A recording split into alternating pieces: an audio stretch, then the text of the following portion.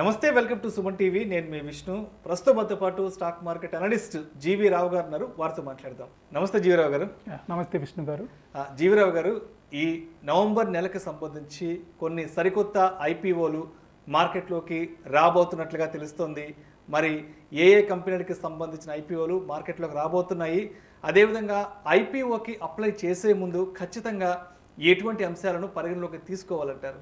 ఈ నవంబర్లో almost all ఒక 3 to 4 ఒక బిగ్ ఐపీఓస్ రాబోతున్నాయి.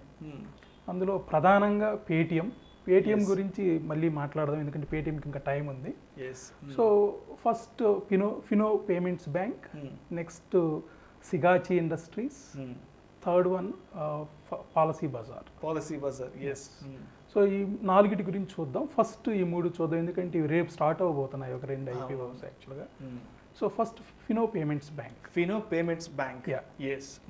ఇది పేరుకి బ్యాంక్ అంటాం, కానీ payments bank, digital bank type అనమాట. అంటే మనకి రెగ్యులర్గా బ్యాంకింగ్ ఆపరేషన్స్ ఏవైతే ఉన్నాయో అవి మేజర్గా జరగటానికి ఉండదు ఇక్కడ యాక్చువల్గా.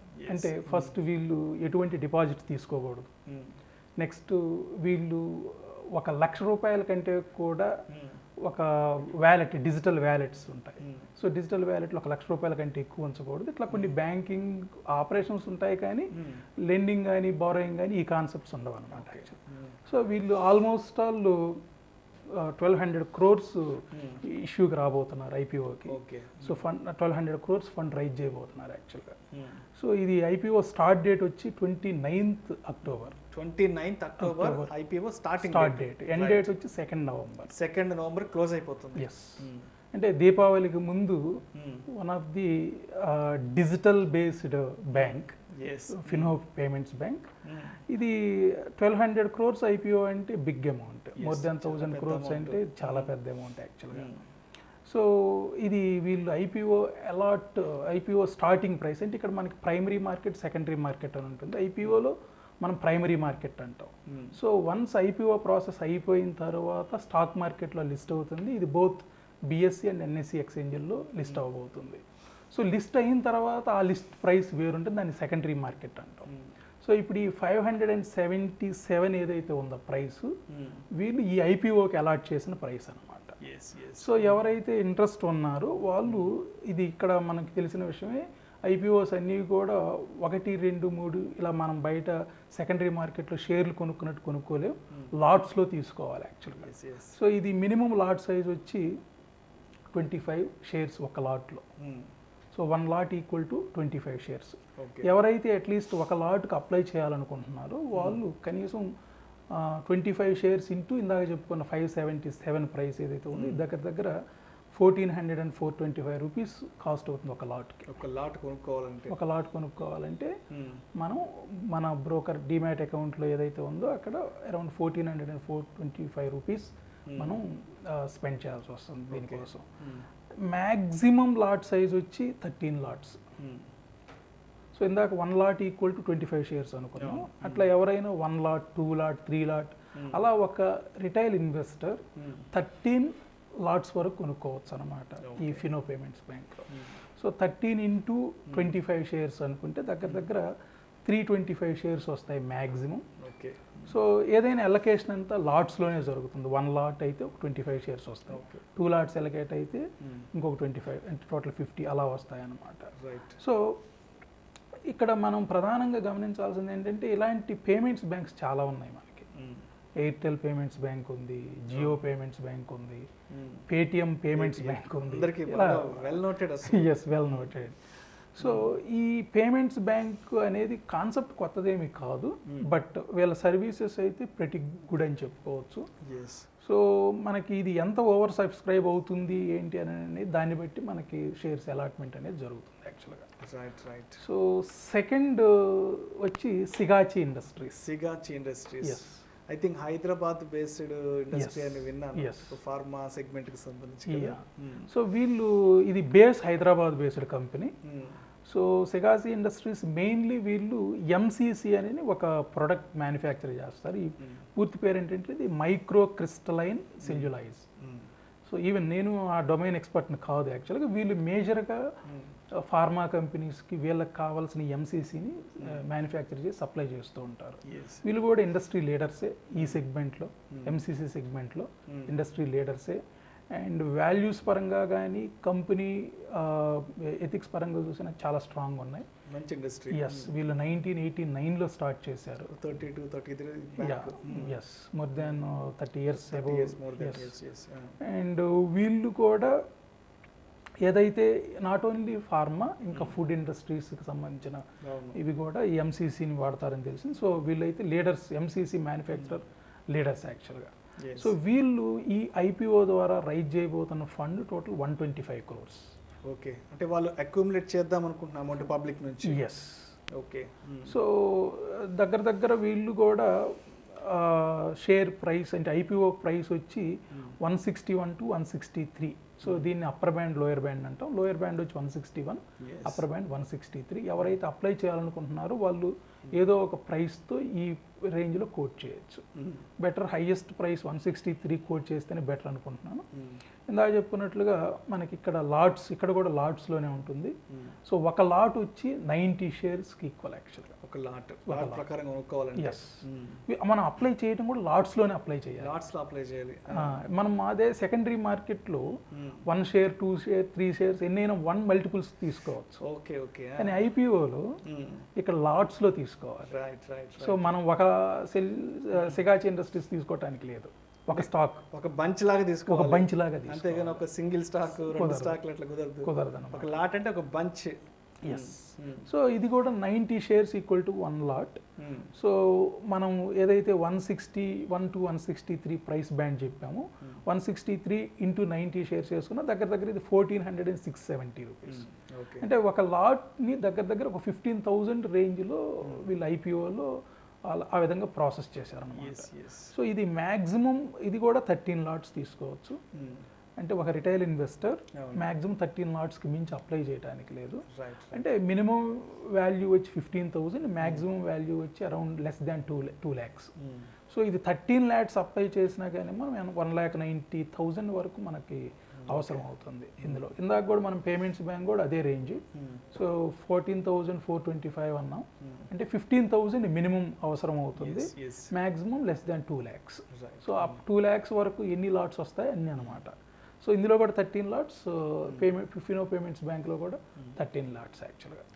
సో ఈ రెండు కూడా గుడ్ ఐపీఓస్ అని నేను అనుకుంటున్నాను యాక్చువల్గా. ఎందుకంటే ఫినో పేమెంట్స్ బ్యాంక్ కానివ్వండి, సిగాచి ఇండస్ట్రీస్ కానీ వాళ్ళ ఏరియాస్లో వాళ్ళ బిజినెస్ సర్కిల్స్లో లీడర్స్, మంచి రెప్యుటేషన్ ఉన్న కంపెనీస్ అని చెప్పుకోవచ్చు. సో ఈ Fino payments Bank and Sigachi తరువాత పాలసీ బజార్ రాబోతుంది, ఫినాన్షియల్. ఎస్. సో వీళ్ళు కూడా అరౌండ్ 2008లో వీళ్ళ ఆపరేషన్ స్టార్ట్ చేశారు. అంటే దగ్గర ఒక 11-12 years అవుతుంది. వీళ్ళని కూడా స్టార్టప్ అనుకోవచ్చు మనం. సో వీళ్ళు మేజర్గా ఏంటంటే ఇన్సూరెన్స్కి సంబంధించిన ప్రొడక్ట్స్ ఏవైతే ఉన్నాయో ఈ ప్రొడక్ట్స్ అగ్రిగేటర్స్ అని చెప్పుకోవచ్చు. So one of the leaders యాక్చువల్గా పాలసీ బజార్ అనే ఈ company one of the leaders అని చెప్పుకోవచ్చు. వీళ్ళు దగ్గర 340 రకాల ప్రొడక్ట్స్ వీళ్ళు సెల్ చేస్తున్నారు. అంటే దగ్గర 51 ఇన్సూరెన్స్ కంపెనీస్ నుండి, ఇప్పుడు మనకి ఎల్ఐసి అవనివ్వండి, హెచ్డిఎఫ్సి అవనివ్వండి, ఇట్లా రకరకాల ఇన్సూరెన్స్ కంపెనీలు ఏదైతే ఉన్నాయో ఈ ఇన్సూరెన్స్ కంపెనీస్ అన్నిటిలో కూడా వీళ్ళు దగ్గర 340 పాలసీస్ సెల్ చేస్తున్నారు. సో వీళ్ళని ఒక రెవల్యూషన్ అని చెప్పుకోవచ్చు యాక్చువల్గా. 2008 నుండి కూడా వీళ్ళు కొన్ని కోట్ల పాలసీలు సేల్ చేసేసారు. అండ్ వీళ్ళ దగ్గర ఉన్న అడ్వాంటేజ్ ఏంటంటే పాలసీ తీసుకునే ముందే మనం ప్రీ పాలసీ, అంటే ఇప్పుడు నా ఏజ్ ఎంత అండ్ నాకు ఏ టైప్ ఆఫ్ పాలసీ అవసరం అండ్ ప్రీమియం ఎంత, ఈ క్యాలిక్యులేషన్స్ అన్నీ కూడా నీట్గా ప్రొవైడ్ చేస్తారు. And after taking policy also వీళ్ళ సర్వీసెస్ కూడా బాగుంటాయి యాక్చువల్గా. వీళ్ళు one of the online business అనమాట, అంటే digital based insurance products business. So వీళ్ళు ఎథికల్ పరంగా కానీ దేని పరంగా కానీ నాకైతే బెటరే అనిపించారు. అంటే 2008 నుంచి కూడా ఇప్పటి వరకు కూడా ఇంత కస్టమర్ బేస్ కానీ, క్రోర్స్ ఆఫ్ కస్టమర్స్ కానీ, సబ్స్క్రైబర్స్ కానీ వీళ్ళకున్నారు. సో వీళ్ళది ఐపీఓ డీటెయిల్స్ చూస్తే వీళ్ళది ఫస్ట్ నవంబర్ నుండి 3rd నవంబర్ వరకు ఓపెన్లో ఉంటుంది. అంటే 3 days ఓపెన్ ఉంటుంది. 3 days నవంబర్ 1వ తారీఖు నుంచి నవంబర్ 3వ తారీఖు వరకు. ఇందాక సిగాచి ఇండస్ట్రీస్ కూడా same dates, 1st November to 3rd November. Sigachi and Policy Bazaar రెండు కూడా 1st November to 3rd November.